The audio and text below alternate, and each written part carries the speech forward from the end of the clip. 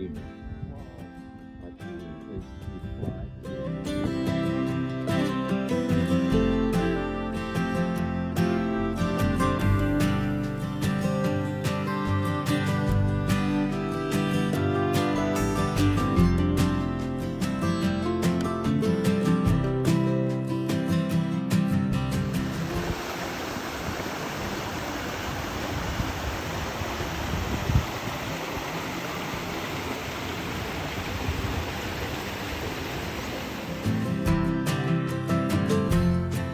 Right, good afternoon, good morning, it doesn't really matter what time it is. Welcome to once again a very unusual shoot. I'm not even going to attempt to say where we are. You say. I don't know. Export. Yeah? In the Karoo, the most extraordinary drive-through. We've just been going through these curvaceous little roads and crannies and mountains towering over us. And we're actually standing below the highest peak in the Western Cape. Yeah, exactly right. And we're going to be drinking a wine. Made from grapes in the Western Cape. I was going to say, these are... A bit of a coincidence, but... So this is the Bizu, the Malbec from Rikus. Yes, Rikus, we eventually got to taste your wine. No, I'm joking, thank you very much. The 2018, I haven't tasted this wine as yet. Obviously dedicated to his two twins. And I believe a lot of characters of the two twins are in the character of this wine. So on the nose. But if we talk about Malbec, the Argentinians made Malbec famous. But why it's taken off in South Africa is that it's almost like you're in between Cabernet with a quite intense structure and Merlot that's very opulent in fruit, where Malbec kind of delivers all this fruit, but it's a little bit more gentle on the tannin side. So it opens the door to a few more different cuisines. The Argentinians love their braais. It's often it's a common face on the table if you have the asados.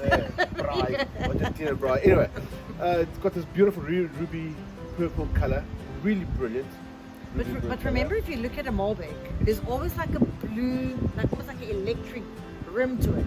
If you're not sure if you're in Cabernet world or in Malbec world. So on the nose, personally, I'm getting loads of violet, very fresh violet. Yeah, tons of violet.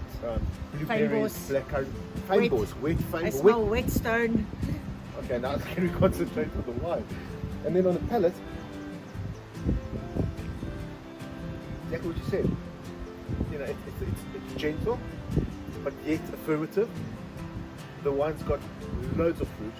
I mean, the blackberries, those currants, it's wild cherry. It's almost that maraschino cherry.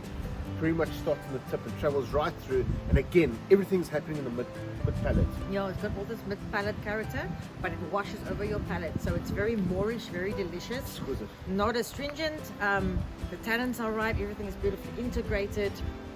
And super wine. Super wine. And I think this with a lovely steak tartare would go exceptional. Do you get that sweet English leather? No, I don't. Do you know what bizu means? And we've got this Swart Mountain here.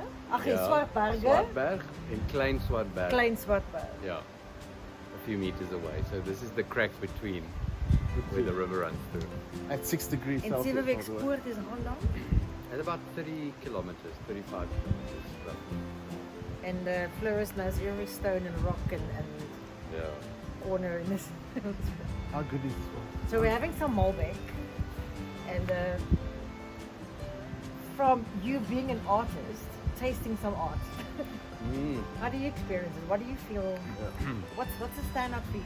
Okay, for me, it's a really pleasant. It feels like where we're standing, cool, crisp, and That is exactly that. it's not a heavy, deep, difficult wine for me. Sure. No, I think it's exactly what it is. I think you interpreted it perfectly. Yeah. I think where we stand makes so much more sense because people, a lot of the time, wine people talk about minerality in wine. What does it mean to the drinker? Sure. So if you look here at these rocks, you will go lick it. That's minerality. Yeah. It's like wet stone, Sure. so it makes it. If we wet that stone, we would be close to something like that, maybe. Probably. Here we go. Traffic. Traffic. We've got traffic.